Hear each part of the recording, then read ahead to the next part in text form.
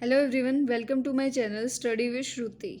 अब हम शुरू करते हैं plastids kitchen of the cell. Plastid को हम किचन ऑफ द सेल भी जो है कहते हैं। Last cell organelles only in plant cells. ये सबसे बड़ी जो है सेल ऑर्गेनली होती है, जो कि कहाँ पे होती है? प्लांट सेल में। Double membrane and oval in shape. Plastids are bounded by two membrane.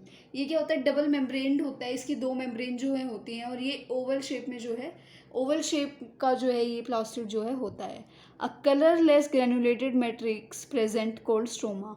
और प्लास्टिड्स में क्या होता है? कलरलेस जो है मैट्रिक्स जो है प्रेजेंट होता है, और उसमें कुछ ग्रेनुअल्स भी होते हैं जिसको हम स्ट्रोमा कहते हैं। A membranous system grana is present which consist of stacks of flattened disc like sacs called thylakoids. और इसमें क्या होता है कि ये ना एक मेम्ब्रेनियस सिस्टम होता है जिसको हम ग्रेना कहते हैं। और ग्रेना में क्या होता है कि कुछ स्टेक्स होते हैं फ्लैटेंड डिस्क के, और कुछ सेक्स लाइक जो है एक स्ट्रक्चर होता है जिसको हम क्या बोलते हैं? थैलाकोइड्स जो है हम कहते हैं। Thylakoids contain chlorophyll and other pigment. और थैलाकोइड्स में जो है क्लोरोफिल और कुछ और जो है पिगमेंट्स प्रेजेंट होते हैं। Chloroplast has its own DNA and ribosomes and makes its own protein. और जो क्लोरोप्लास्ट होता है उसका अपना डीएनए होता है, अपने राइबोसोम्स होते हैं, और वो अपना खुद का ही जो है प्रोटीन जो है सिंथेसाइज करता है, बनाता है। Basically of three types depending on pigment. और जो प्लास्टिड्स हैं वो तीन टाइप के होते हैं, और वो इनके क्या है? पिगमेंट्स पे जो है डिपेंड करता है।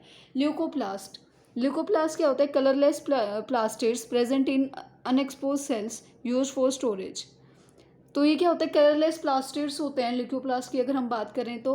और ये अनएक्सपोज सेल्स में होते हैं, और ये स्टोरेज में हेल्प करते हैं। इसके तीन टाइप हैं। एम्लियोप्लास्ट जिसको हम स्टार्च के स्टोरेज के लिए यूज़ करते मतलब यूज़ होता है। एलोरोप्लास्ट प्रोटीन स्टोरेज के लिए, और इलियोप्लास्ट ऑयल स्टोरेज के लिए। उसके बाद अगर हम बात करें क्रोमोप्लास्ट की, colored plastid of various colors except green due to presence of carotenoids, photosynthetically inactive, most present in flowers and fruits and responsible for pollination। तो ये कलर्ड प्लास्टिड होता है, लेकिन ग्रीन कलर का नहीं होता, बाकी कलर इसमें जो है प्रेजेंट होते हैं। और ये इसमें ये ग्रीन कलर का क्यों नहीं होता? क्योंकि इसमें कैरोटीनॉइड्स जो है प्रेजेंट होते हैं, और ये फोटोसिंथेटिकली एक्टिव इनएक्टिव होता है, मतलब फोटोसिंथेसिस नहीं होती है इसमें। और ये जो है मोस्टली फ्लावर्स में, फ्रूट्स में जो है प्रेजेंट होता है, और ये हेल्प करता है पोलिनेशन करने में। अगर हम बात करें क्लोरोप्लास्ट की, green colour due to presence of chlorophyll site of photosynthesis. और क्लोरोप्लास्ट में क्या होता है? जो है क्लोरोफिल प्रेजेंट होती है। अभी हमने ऊपर भी पढ़ा था कि क्लोरोफिल जो है कहाँ पे प्रेजेंट होती है? क्लोरोप्लास्ट में। और जो क्लोरोप्लास्ट है ये साइट ऑफ फोटोसिंथेसिस है, यहाँ पे फोटोसिंथेसिस होती है। Photosynthesis is a process when green plants make their own food. उसके बाद इसके फंक्शंस देखें तो हम प्लास्टिड के क्या क्या होते हैं? Photosynthesis takes place air, photosynthesis होती है। Gives colours to various plant parts. जब ये कलर्ड पिगमेंट्स हैं तो ये जो प्लांट्स को जितने भी कलर्स मिलते हैं वो प्लास्टिड्स की वजह से ही मिलते हैं। Attract insects for pollination. और ये बहुत सारे इंसेक्ट को जो है अट्रैक्ट करते हैं अपनी तरफ, ताकि ये पोलिनेशन कर सके।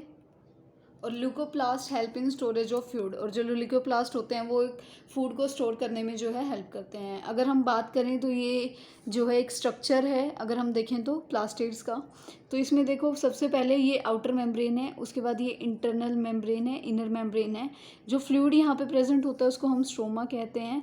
उसके बाद ये कुछ राइबोसोम्स प्रेजेंट है जिसको हम 70S टाइप कहते हैं।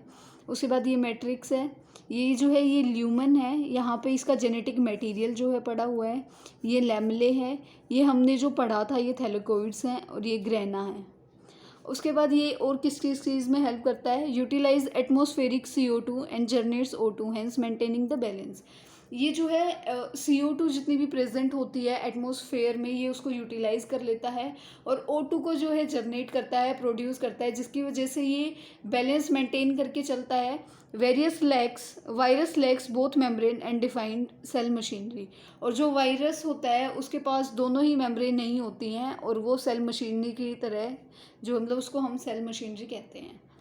अब एक क्वेश्चन उठता है, how fungi and bacteria with stand with hypotonic solution without bursting. हमने पढ़ा था कि अगर हाइपोटोनिक सोल्यूशन हो जाता है तो सेल जो है वो ब्रस्ट हो जाते हैं, लेकिन फंजाई या फिर फंगी और बैक्टीरिया के साथ ऐसा क्यों नहीं होता?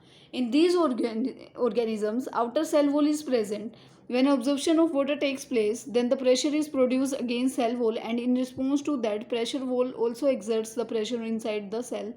Both the pressures are equal. That's why no bursting takes place. तो इन ऑर्गेनिजम्स के में क्या होता है, सेल वॉल जो है प्रेजेंट होती है, और जैसे ही वाटर का अब्जॉर्प्शन होता है तो वो जो सेल की वॉल पे वो वाटर एब्जॉर्ब, मतलब एक वाटर जो है वो प्रेशर पुट करता है, सेम प्रेशर सेल वॉल की तरफ भी से भी लगता है इनर साइड से। इसलिए जो है वो दोनों जो प्रेशर होते हैं बाहर का और अंदर का दोनों इक्वल होते हैं, जिसकी वजह से ये ब्रस्ट अप नहीं होता है। ये सेल वॉल है, ये हाइपोटोनिक सॉल्यूशन है, और ये सेल मेम्ब्रेन है। ये यहाँ से भी प्रेशर जो है इस पे लग रहा है और ये यहाँ से भी प्रेशर लग रहा है। जो ये प्रेशर और ये प्रेशर है ये इक्वल है, इसलिए ये प्रेशर मेंटेन हो जाता है और सेल जो है वो ब्रस्ट नहीं होता।